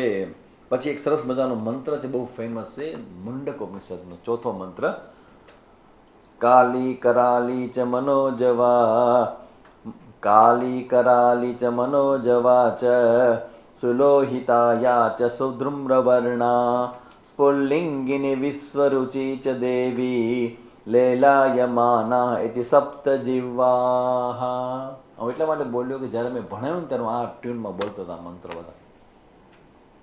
કાલી કરાલી છે, એમાં એવું છે કે અગ્નિની જે જ્વાળા હોય ને, એ જે જ્વાળા હોય ને એ બધાના નામ છે અલગ અલગ. એકનું નામ છે કાલી, એકનું નામ છે કરાલી, એકનું નામ છે મનોજવા, અને જે જે નામ આપેલા છે ને એવાના લક્ષણો હોય. અને એ જ્યારે જીવવા અગ્નિ દેવતા બહાર કાઢે ને ત્યારે એનું ફળ આ હોય. આ સમયે આ આહુતિ આપવાની હોય. કારણ કે ત્યારે કાલી હશે, ત્યારે કરાલી હશે, ત્યારે મનોજવા હશે, ત્યારે સુલોહિતા હશે, સુધ્રુમ્બ વર્ણા, સ્ફુલ્લિંગિની અને વિશ્વરુચિ. 7 થઈ ગયા. કાલી, કરાલી, મનોજવા, સુલોહિતા, સુધુમ્રવર્ણા, સ્ફુલ્લિંગિની અને વિશ્વરુચિ. થઈ ગયા. કેવી રીતે નામ યાદ રહેશે તમે લોકોને? કાલી, કરાલી, મનોજવા 3, સુલોહિતા, સુધુમ્રવર્ણા, સ્ફુલ્લિંગિની 6 અને વિશ્વરુચિ. જો કાલી યાદ રહી જાય, કાલી કરાલી યાદ રહી જાય, ભેગા ભેગા છે. અને મનોજવા, મન જીવી ગતિવાળી મનોજવા. કાલી, કરાલી, મનોજવા 3 યાદ થઈ ગયા. પછીના 3 સુલોહિતા, સુધુમ્રવર્ણા અને સ્ફુલ્લિંગિની. 3 ડિફિકલ્ટ નામ. પેલા 3 સેલા, કાલી, કરાલી અને મનોજવા. પછીના 3 સુલોહિતા, સુધુમ્રવર્ણા. જો શું છે ત્રણેયમાં એ સરસ છે. સુલોહિતા, સુધુમ્રવર્ણા, સ્ફુલ્લિંગિની 3 સ એટલે 6 થયા. અને 7મું વિશ્વરુચિ. આ 7 અગ્નિની જ્વાળાઓ છે એ બધી 7 અગ્નિની લપલપતી જીભો છે. ખાલી વર્ણન છે કે છે. તો એને શું થાય તો કે એ દરેકનો પોતપોતાની દેવી હોય. કાલી, કરાલી એ જે જ્વાળા હોય એની દેવી હોય, એના દેવતા હોય, એની આહુતિ હોય ને એના જુદા જુદા મંત્ર હોય 7 અને 7 જ્વાળાઓના અલગ અલગ ફળ હોય. તો આવી રીતે અગ્નિની એક જ જ્વાળા એક કાળી હોય તેને કાલી કહેવામાં આવે. રૌદ્ર ઉગ્ર એને કરાલી કહેવાય. સમજાયું છે? એક કાલી હોય, એક રૌદ્ર હોય, એક મનોજવા મન જેવા વેગવાળી શિખા. ચમકતા લાલ રંગવાળી જ્વાળાને સુલોહિતા કહેવામાં આવે. સુલોહિતા છે ને, ચમકતા લાલ રંગવાળી. પછી છે સુધુમ્રવર્ણા એટલે ધુમાડા જેવા રંગવાળી. જો બધાનો કલર છે અલગ અલગ. પેલામાં કાલી, પછી બીજામાં ઉગ્ર, ત્રીજામાં સ્પીડ ગતિવાળી ધડ ધડ ધડ એવી. પછી લાલ રંગવાળી સુલોહિતા. સુધુમ્રવર્ણા એટલે ધુમાડા જેવા રંગવાળી જ્વાળા. પછી સ્ફુલ્લિંગિની જેમાંથી ઘણા બધા તણખાઓ ઝરે, સ્ફુલ્લિંગિની, અને બધા તેજસ્વી કિરણો નીકળતા તેમાં. અને વિશ્વરુચિ. વિશ્વરુચિનો મતલબ છે કે જેમાંથી ઘણા બધા તેજસ્વી કિરણો નીકળે છે. તો 7 પ્રકારની આ અગ્નિની જ્વાળાઓ છે. અને એ જ્વાળાઓને કઈ અગ્નિમાં કયા હોમવાનું એનું બધું વર્ણન છે. વિધિપૂર્વકના કર્મ કરો તમે અને આ 7 જ્વાળાઓને પોષિત કરો, શું મળે? સ્વર્ગ. તમને આટલી બધી વખત સ્વર્ગની વાત કરો, કેટલામી વખત મુદ્દો આવ્યો છે? સ્વર્ગમાં હાલો છે ટાઉન હોલ નહીં, સ્વર્ગની વાત કરું છું. એમાં જેસીબીની ટિકિટ એકે નહીં હાલે, ડાયરેક્ટ કોન્ટેક્ટ ટુ સ્વામીજી. સ્વર્ગમાં અહીં વર્ણન છે કે સ્વર્ગમાં જવા માટે આ બધું વિધિ વિધાન છે. તો વાંધો હું તમને સ્વર્ગમાં જવામાં ભાઈ, તો પાછળ જ એમાં શું? જોશું આગળ શું કહે છે સ્વર્ગ. હવે આપણી કાઢશે માં પોતે જ કાઢશે. તમને પૂછું કે તમારી અંદર સ્વર્ગની કોઈ ખૂણે ખાતરે ઈચ્છા ખરી સ્વર્ગમાં જવાની? દેદીપ્યમાન બધી શાખાઓ છે એમાં વર્ણન છે કે સમયસર આહુતિઓ આપતા અગ્નિહોત્રાદિ કર્મોનું આચરણ જે કરે છે તેને શું મળે? દેવતાઓના એકમાત્ર સ્વામી ઇન્દ્રનો જ્યાં નિવાસ છે ને ત્યાં જવા મળે. ક્યાં જવા મળે? વૃંદાવન. વૃંદાવનમાં કોણ હોય? ભગવાન હોય. અને ભગવાન દેતા હોય. અરે ભલા માણા, તમે વૃંદાવન જાઓ, જેને સ્વર્ગ જ કહેવામાં આવે, સ્વર્ગમાં ભલે ઇન્દ્ર હોય ને દેવતા હોય ને ભગવાન હોય ને બધાય હોય, તો સ્વર્ગની રિટર્ન ટિકિટ હોય. અને પછી ત્યાંથી આવો તો જેવા ગયા હતા એવા જ પાછા આવો કીધું. તમે જાઓ જ્યાં, ત્યાંથી પાછા આવો તો કેવા પાછા આવો? જેવા ગયા હતા એવા કે ધોયેલ? સ્વર્ગમાં ગયા ધોવાઈ ગયા હો કે નહીં? એટલે તમે જે બધું ભેગું કર્યું બધું વપરાય જાય. એ કેવું હે, સંસારમાં રહીએ એટલે આપણે બધું ભેગું થાય. પ્રકાશભાઈ, કેટલું અઘરું ભેગું કરું, કેટલું અઘરું છે ભેગું કરું. અને ભેગું થઈ ગયું ને પછી થાય પ્રશ્ન કે હવે શું કરવાનું? હે, ક્યાં ક્યાં વાપરવાનું? કે જાઓ ત્યાં, તો જ્યાં જાઓ ત્યાં વપરાઈ જાઓ કે વપરાય પાછું આવે? હવે તો વપરાય ગયું, પાછું કરો આવીને પછી ભેગું કરવાનું. Very good. પછી તો ખાલી વાપરીને એમને રાખી જ ના હાલે, બધું ભેગું જ કરતા ભેગું જ કરતા. તો ક્યાંય નહીં જાઓ, બધું ભેગું કરીશ, 1 રૂપિયો નહીં વાપરો.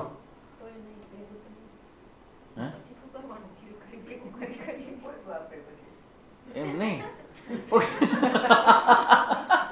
કોણ વાપરે? તો વેલા તમે ભેગા કરો છો, ભેગા તો બહુ સારું ને, ભેગા કરો.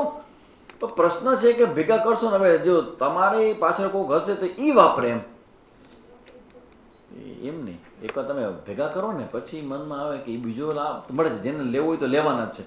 પણ જ્યાં સુધી તમે હો ત્યાં સુધીમાં એ વસ્તુનો સદુપયોગ થઈ જવો જોઈએ. તો હવે ચિંતા પેલા કેવી હતી ભેગું કરવાની, ને હવે ચિંતા શેની છે?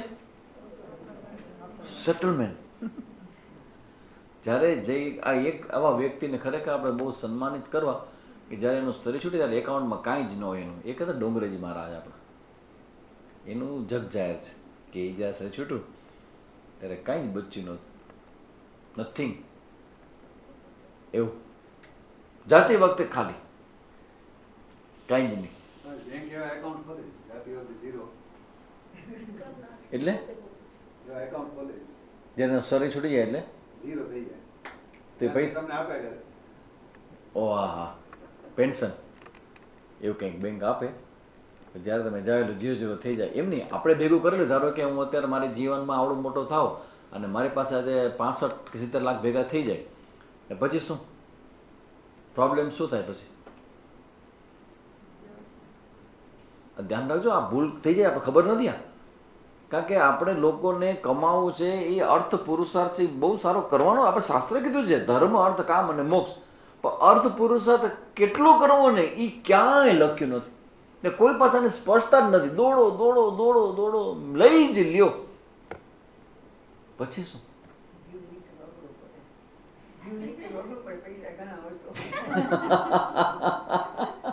જીવ નીકળવો અઘરો પડે.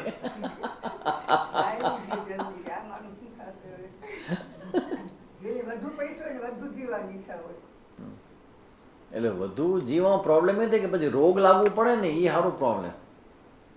અહીંયા દુખે, અહીંયા દુખે, અહીંયા દુખે, ખાવાનું પચે નહીં, ગેસ થઈ જાય, કંઈક ખાવ તો કફ થઈ જાય, તો કે આવા રેવા ખાવા પીવા જેવા રહ્યા તો જીવીને કરવું શું છે? ગમે તેવો પૈસા વાળો હોય પણ શરીરમાં રોગ થઈ જાય તો શું થોડું ગમવાનું છે? અને સ્વાસ્થ્ય કે પૈસા થોડું મળે.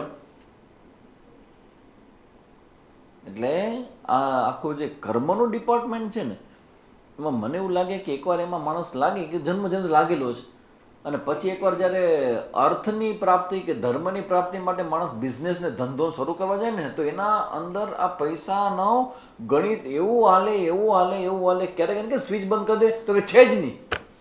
ઘણા કહે ને કે એક પિક્ચરમાં ગીત હતું, મને ખબર નહીં કોને કેવા મનમાં ક્યાંથી શું શું યાદ આવે, પણ એ પિક્ચરમાં ગીત એવું હતું કે છોકરા છોકરા નવા જ્યારે પ્રેમમાં પડે ને ત્યારે બિચારા બોઘા જ હોય બધા.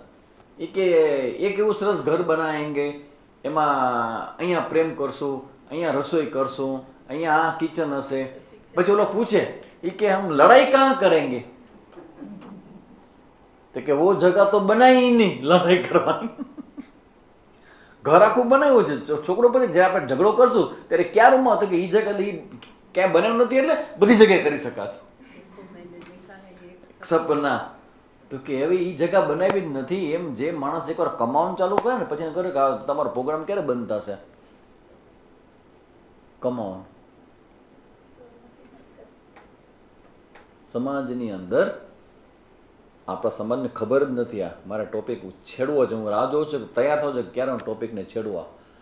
સમાજની અંદર ઘણા બધા મિસગાઈડેડ એરિયા છે ને, એમાંનો એક મોટો એરિયા છે કે વાનપ્રસ્થ જીવન માટેની સ્પષ્ટતા કોઈ પાસે નથી.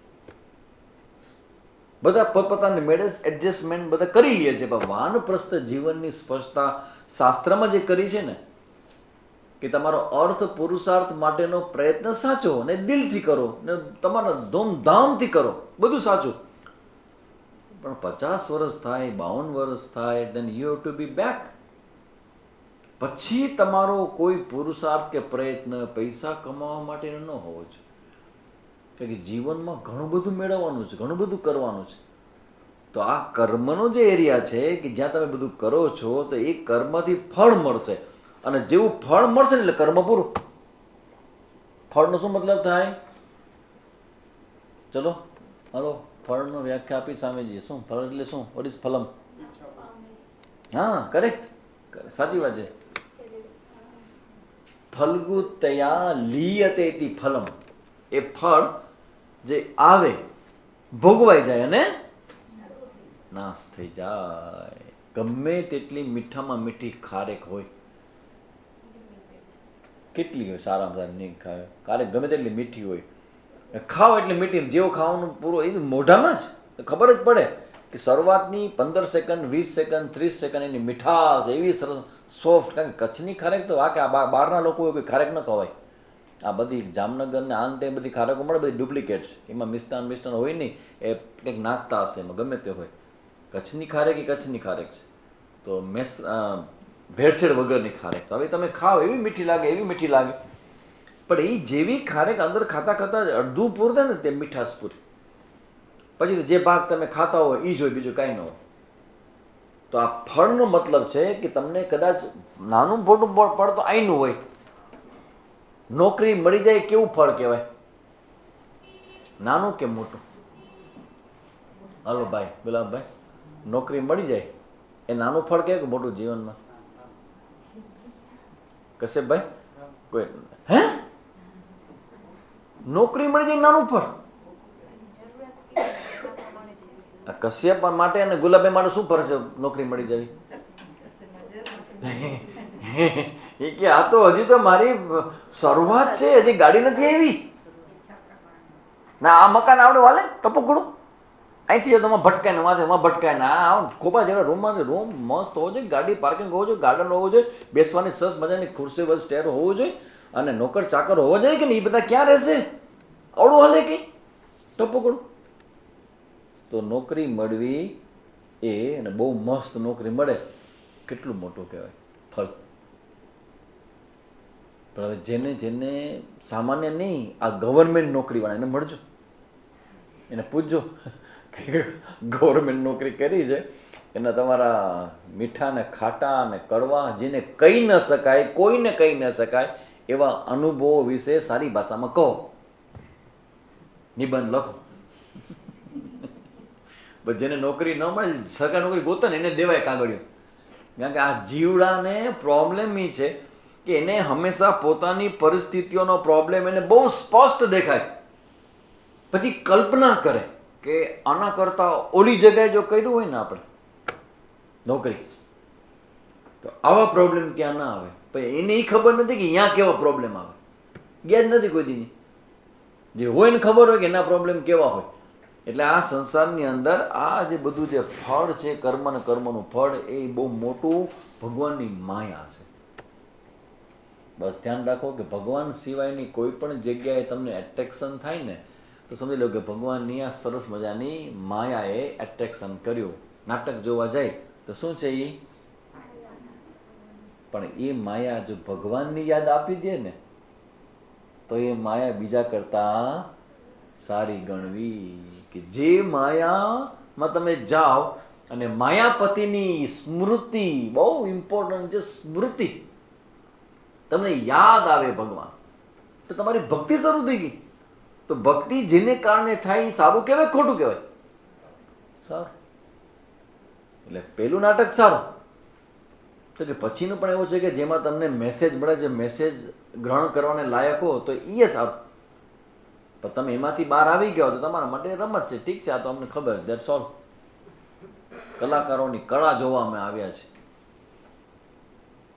તો આ બધું અગ્નિ કાર્યનું ફળ છે. યથાકાલમ, સમયસર આહુતિ આપવામાં આવે તો તમને સ્વર્ગની પ્રાપ્તિ થાય. 5મા 6ઠા મંત્રમાં આ બધી અલગ અલગ આહુતિના કયા પ્રકાર છે ને કઈ આહુતિ કેવી રીતે દેવાય એનું વર્ણન છે.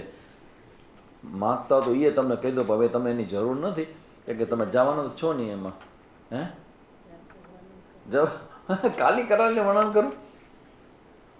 જે લોકો આવી રીતે 7 પ્રકારની જ્વાળાઓને આહુતિ આપે, હવે વર્ણન એવું છે કે તેને ક્યાં જાય, તો કે ઇન્દ્ર જ્યાં રહે છે ત્યાં. ઇન્દ્ર ક્યાં રહે? અચ્છા, સ્વર્ગમાં જાય કેવી રીતે? કોના દ્વારા જાય? સૂર્યના કિરણ દ્વારા જાય.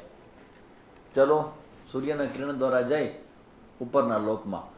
તો એના માટેનો મંત્ર કઈ જગ્યાએ પ્રાર્થના કરવામાં? સૂર્ય ભગવાનને, સૂર્ય ભગવાનની પ્રાર્થના આપણે જોઈતી ને હમણાં? ક્યાં ઉપનિષદમાં જોઈતી? અપાવૃણમ સત્ય સા પિહિત મુખમ અપાવૃણમ. કઈ સાંભળ્યું છે આવું? ઈશાવાસ્ય ઉપનિષદના અંતિમ 15, 16, 15, 16, 17 ને 18 પ્રાર્થનામાં સૂર્ય ભગવાનની પ્રાર્થના. શું પ્રાર્થના છે? તમારો આટલો બધો તેજસ્વી વિસ્તાર ન કરો પ્રભુ, મારે જવું છે આગળ. અહીંયા લખ્યું છે કે સૂર્યસ્ય રશ્મયઃ, ત્યાં જે લખ્યું હતું એ અહીંયા છે મુંડકમાં, કે સૂર્યની જે બધી કિરણો છે એ એને લઈ જાય. આ આહુતિ તમે આપો ને એટલે સૂર્યની કિરણો લઈ જાય તમને લેવા આવે. પિતરો ના આવે લેવા, કે બીજા કોઈ ખરાબ તત્વ લેવા ના આવે. કોણ આવે? સૂર્યના કિરણો. હવે સાંભળજો, એ વર્ણન છે કે તમે સ્વર્ગમાં જાઓ કેવી રીતે, સૌથી પહેલા શું થાય? ના, મેરા પછી શું થાય? જાણે કેમ તમે બધા માસ્ટર હોવાનું તમે પૂછતો, અરે ભાઈ કાંઈ ખબર નથી અમને. વર્ણન છે સરસ મજાનું. આ વર્ણન સાંભળવું છે ને, સરસ છે. ઉપનિષદનું સાંભળવું છે કે શું થાય જે લોકો આવી ઉપાસના કરે અને સૂર્યના કિરણો આવે, લઈ જાય, અને વાહન બને સૂર્યના કિરણો. અને ક્યાં લઈ જાય? સીધા લઈ જાય એને સ્વર્ગના દ્વાર સુધી. દ્વાર બધા બંધ હોય, કારણ કે એ ઓપન તો હોય બધા માટે તો છે નહીં, ક્વોલિફાઈડ જોઈએ. ન મળે એડમિશન, ક્વોલિફાઈડ.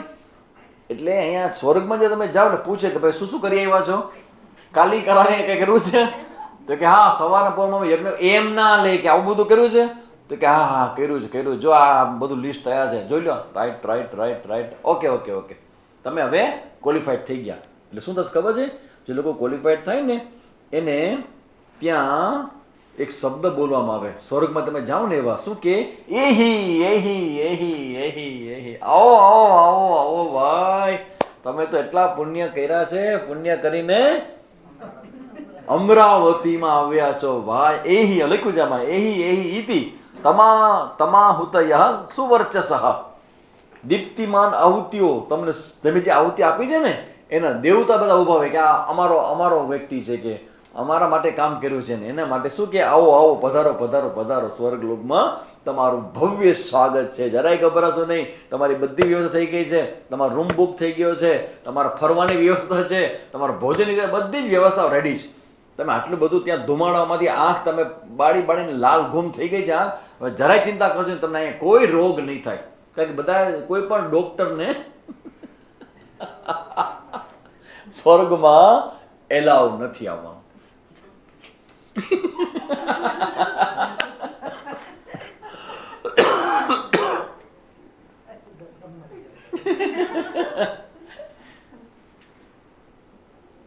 એક ગામમાં ભાઈને થયું કે ભાઈ હું થોડોક બીજી અલગ જગ્યાએ હું મારી પ્રેક્ટિસ કરવા જાઉં, કારણ કે પ્રેક્ટિસમાં તો પ્રેક્ટિસ કરવાની હોય, એટલે શહેરમાં તો વાંધો આવે એટલે ગામડો ગોતે.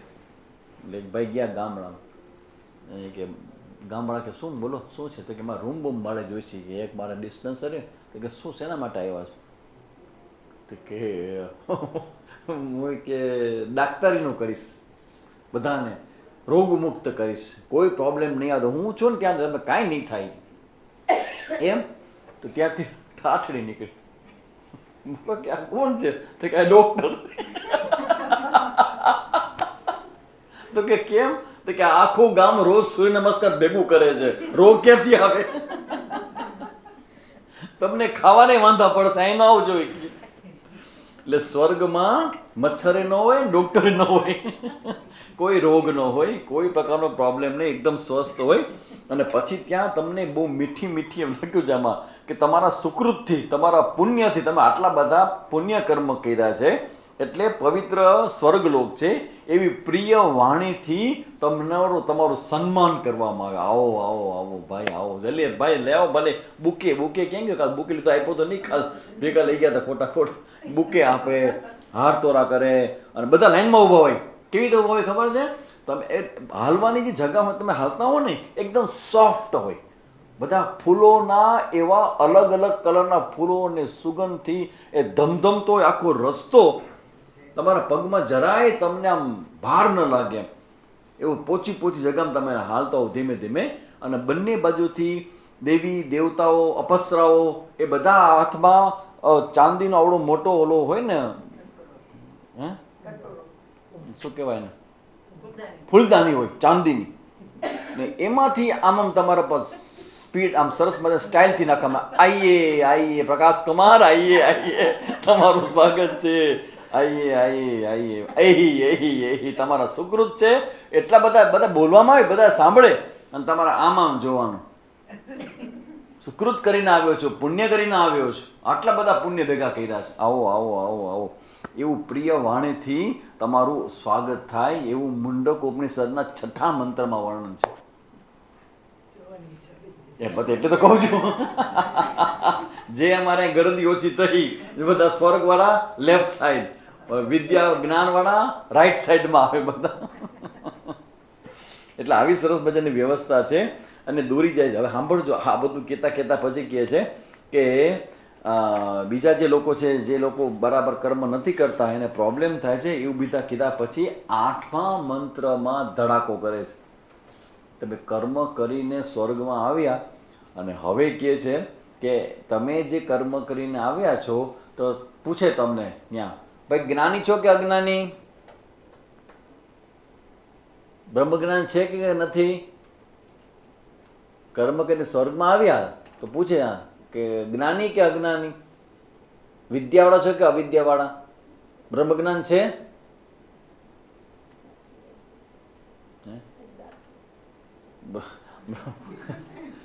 તમે શું તમને પૂછ, તમે શું કહેશો ને આજે ઉભો જઈને?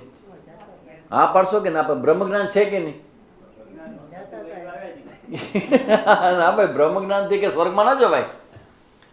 બ્રહ્મજ્ઞાન ધારો કેમ કે છે એમ કયો તમે, તો કર્મ શું કામ કર્યા?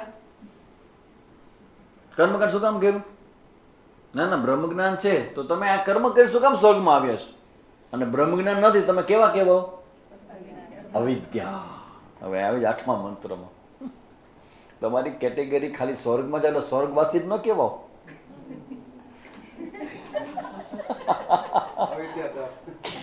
અવિદ્યમાન સ્વર્ગવાસી, છગન સકાર, લાભશંકર, પુરોહિત. અવિદ્યવાન સ્વર્ગવાસી, કારણ કે સ્વર્ગમાં જાય અવિદ્યવાન, કે વિદ્યવાન તો જાય જ નહીં. તો કે છે કે આવા અવિદ્યાની મધ્યમાં રહેનારા, અવિદ્યાયામંતરે વર્તમાના, જે સતત કર્મ કર્મ કર્મ કર્મ અને આહુતિ યજ્ઞ કર્મકાંડ ને કર્યા કરે છે, એ બધા કેવા છે? પોતાને બુદ્ધિમાન પંડિત માનનારા છે. કે તમને ખબર પડે કેમ થતું હશે? જો અમે કરીએ છીએ, આટલા વર્ષથી કરીએ છીએ, ખબર ન પડે શું કામ કરતા હશો? અરે પ્રોબ્લેમમાં આવશો, તમને ખબર છે આનો રિઝલ્ટ શું? મોટે મોટેથી બોલનારા બધા હોય, કારણ કે માઇક એને મળે. જે બહુ કર્મકાંડ કરનાર હોય એ લોકોની સ્પીચમાં તાકાત તો હોય, અને પછી વાત કેવી કરે છે તમને ખબર જ ન હોય, તો તમને મારે પ્રભાવિત કેવી રીતે કરાય? તમને ન ખબર હોય એવી એવી મોટી મોટી વાતો કરે. તો કે આવા જે લોકો છે બધા કેવા છે? સ્વયં ધીરાહ પંડિતમ મન્યમાનાહ.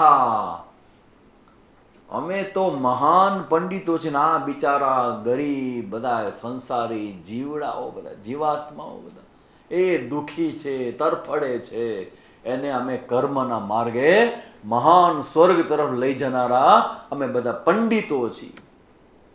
સ્વયં પંડિતા મન્યમાના જંગન્યમાના પર્યંતિ મૂઢાહા. અને શ્રુતિ માએ જે ધડાધડી બોલાવી છે અત્યારથી બધું બરાબર હતું કે આવો આવો આવો આવું બધું. હવે શું કહે છે? આવા બધા અજ્ઞાનીઓ, આવા બધા પંડિતો, મૂર્ખ લોકો અંધે નૈવ નિયમાના યથાંધાહા. એક આંધળો માણસ બીજા 5-15 ને આંધળાઓને દોરી જતો હોય. અંધે નૈવ નિયમાના યથાંધાહા. અંધ વ્યક્તિની જેમ વારંવાર પીડા પામતા ચારે બાજુ પર્યંતી મૂઢાહા. એ લોકો મૂર્ખ લોકો ચારે બાજુ પર્યંતી ભટક્યા કરે છે. એક કર્મમાંથી બીજું કર્મ અને બીજા કર્મમાંથી ત્રીજું કર્મ કર્યા જ કરે છે. ને એની નિંદા શ્રુતિમાને હજી સંતોષ ન થયો. ગુસ્સો કેવો આવ્યો છે, પેલા કેવો વખાણ કર્યા. આહા સ્વર્ગમાં તમે એહી 8મા અને 9મા મંત્રમાં ફરી અનેક પ્રકારના અવિદ્યામાં રહીને મૂર્ખ લોકો અમે કૃતાર્થ થઈ ગયા છીએ. તમને ખબર છે કેટલા અશ્વમેઘ યજ્ઞ કર્યા છે અમે? તમે કેટલા અનુષ્ઠાન કરતા તેમાં ગયો તો ગાયત્રીના 24 લાખનું કર્યું છે કે? મારું બીજું બોલે છે, બીજું એક તો થઈ ગયું, બીજું 24 લાખનું હાલે છે ત્યારે. 3.5 મહિના પછી પૂરું થવાનું છે. 24 લાખના અનુષ્ઠાન ગાયત્રી મંત્રના. તમે કેટલી એક માળા કરો છો રોજની? 24 લાખ મંત્રો એકવાર થઈ ગયા, બીજી વાર કરું છું. હું તમે ખીચતો નથી, આમાં લખ્યું છે કે આવી રીતે જે અવિદ્યામાં રહેના મૂર્ખ લોકો અમે કૃતાર્થ થઈ ગયા છીએ. ઓહો, સેવા કરો અમારું તિલક કરો, અમારું વંદન કરો, અમને દક્ષિણા બક્ષિણા આપો તો તમારું કલ્યાણ થઈ જશે. તો આવી રીતે જે માને અભિમાન કર્યા કરે છે, કર્મઠ લોકોને કર્મ ફળમાં રાગ હોવાને લીધે તત્વનું જ્ઞાન થતું નથી. આ શબ્દો શ્રુતિનો છે. યત કર્મિણઃ ન પ્રવેદયંતી રાગાહ. કર્મમાં પ્રવૃત્ત લોકોને કર્મ ફળની આસક્તિ એટલી બધી હોય છે કે એ લોકોને તત્વનું જ્ઞાન થતું નથી. હવે આ વાક્ય તમે બીજું વાક્ય ફેરવીને બોલો તો. કર્મ કરનારા કર્મ ફળમાં આસક્તિને લીધે તત્વનું જ્ઞાન એને થતું નથી. આ વાક્યનો અર્થ તમે શું કરશો? ચલો, ઉપનિષદનો મંત્ર છે, કર્મ ફળની આસક્તિને લીધે એને કર્મ ફળમાં રાગ કે આસક્તિ હોવાને લીધે તત્વનું જ્ઞાન થતું નથી.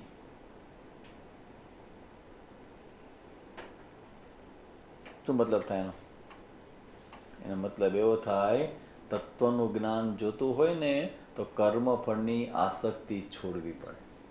આખી ગીતાજીમાં ભગવાન શું કહે છે? કર્મ ફળમાં આસક્ત ન થાવ છે ને ઉપનિષદ અહીં વાત. એટલે આપણું ફળ પ્રત્યેનો આખું એપ્રોચ અને એટીટ્યુડ છે ને એ બદલવો જ પડશે. સીધા કર્મ છોડાશે નહીં, પણ કર્મ ફળ પ્રત્યેનો એપ્રોચ બદલી નાખી. ને ભગવાન બદલવાની શરૂઆત ક્યાંથી કરે ખબર છે? 12મા અધ્યાય બહુ સરસ સમજાય ભગવાન. પ્રસાદ બુદ્ધિ ખાલી તમારામાં હોય ને તો પણ તમે કર્મ એવું કહી બની જશો. પ્રસાદ બુદ્ધિ એટલે શું? ભગવાનની કૃપાથી, ગુરુની કૃપાથી, સદગુરુની કૃપાથી, માતા પિતાની કૃપાથી થયું છે. આ જે ફળ છે એ તો મારા માટે પ્રસાદ છે. ત્યાંથી શરૂ કરો. કર્મમાં ભલે તમે અહંકાર અભિમાન હોય, જે રિઝલ્ટ મળે એ ભગવાનની કૃપાથી થયું. તો આવી રીતે કર્મફળની આસક્તિવાળા જે છે ને એ લોકો દુઃખાર્ત છે. આતુરાહા, દુઃખાર્ત છે, દુઃખી છે. અને ક્ષીણ લોકાસ ચ્યવંતે, અને પુણ્ય ક્ષીણ થાય. ચ્યવંતે એટલે પડી જાય છે, ધડાંગ. ક્ષીણે પુણ્ય મર્ત્ય લોકમ વિશંતિ, ભગવદ્ ગીતા. ને નરસૈયો શું ગાય? પુણ્ય કરી અમરાપુરી પામ્યા, અંતે 84 માહી રે. બસ પછી યાદ નથી ક્યાં આ લાઈન છે. પુણ્ય કરી અમરાપુરી પામ્યા, અંતે 84 પાછા ઢમ કરતા પડ્યા. જન્મ થયો, વિદ્યા પ્રાપ્ત કરી, ભણ્યા ગયના, પૈસાઓ ભેગા કર્યા, 65 લાખ ભેગા કર્યા અને પછી ઉપડી ગયા. પછી જ્યારે બીજો જન્મ થાય, નેક્સ્ટ લગભગ 2 જ વર્ષમાં જન્મ થઈ જાય કોકના માના ઘરે, તો તમારા 2 વર્ષ પહેલા જે તમારા 65 લાખ ભેગા થયા હતા એનું શું થાય?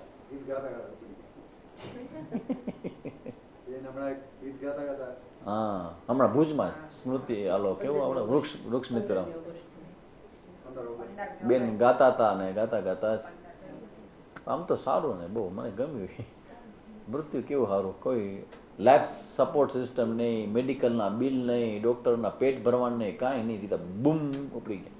ઘરના લોકોને કેવું સારું. એટલે આમ તો દુઃખદ ઘટના છે, બહુ જ દુઃખદ છે, અચાનક થયું એટલા માટે. પણ જેને થયું છે એના બીજા ફાયદાઓ પણ છે, કારણ કે આવી સ્થિતિમાં પડેલ લોકોને આખા જન્મની મૂડી બધી સાફ થઈ જાય. હમણાં એક છોકરો અમારો 10મા ધોરણનો છોકરો હાલતા પડી ગયો ઘરમાં આવીને. મમ્મી કે શું થયું તો હૃદય બંધ. ડૉક્ટર પાસે લઈ ગયા, કે હોસ્પિટલમાં લઈ ગયા અને સીધા 2.5 લાખ, 3 લાખ, 3.5 લાખ, અત્યાર સુધીમાં લગભગ 4.5 5 લાખ તો થઈ ગયા. આજે 8મો કે 9મો દિવસ છે કોમામાં. હૃદય બંધ થઈ ગયું, હૃદય ચાલુ થઈ ગયું, હવે એમ થોડોક આમ રિસ્પોન્સ આપે છે, પણ 8 લાખ ગયા, 5 લાખ ગયા 8 દિવસમાં. હવે 15 20 25 દિવસ શું થાય? કાંઈ બચાવવું ઇમ્પોર્ટન્ટ છે. તમારી મૂડી વોડી બધું લઈ જાય. એટલે આવું જે મૃત્યુ છે એ આ ક્ષીણે પુણ્ય મર્ત્ય લોકમ વિશંતિ એવું બધું કહી અને પછી 10મા મંત્રની અંદર ઈષ્ટપૂર્તની વાત છે, તમારા માટે જાણવા જેવી છે, પણ એ હું તમને આજે નહીં કહું. નેક્સ્ટ ક્લાસ જ્યારે પણ હશે ત્યારે આપણે ઈષ્ટાપૂર્તમ મન્યમાના, ઈષ્ટ અને પૂર્ત 2 પ્રકારના કર્મો છે એની ચર્ચા, અને પછી પરાવિદ્યાના ઇન્ટ્રોડક્શન છે. એટલે પેલું મુંડક છે એ પૂરું થશે, પણ આજે પૂરું નથી થયું. છેલ્લા 2-3 મંત્રો ઇમ્પોર્ટન્ટ છે, એટલે આપણે નેક્સ્ટ ક્લાસ ઉપર લઈ જઈએ છીએ. ઓમ પૂર્ણમદઃ પૂર્ણમિદં પૂર્ણાત પૂર્ણમુદચ્યતે પૂર્ણસ્ય પૂર્ણમાદાય પૂર્ણમેવાવશિષ્યતે. ઓમ શાંતિ શાંતિ શાંતિ.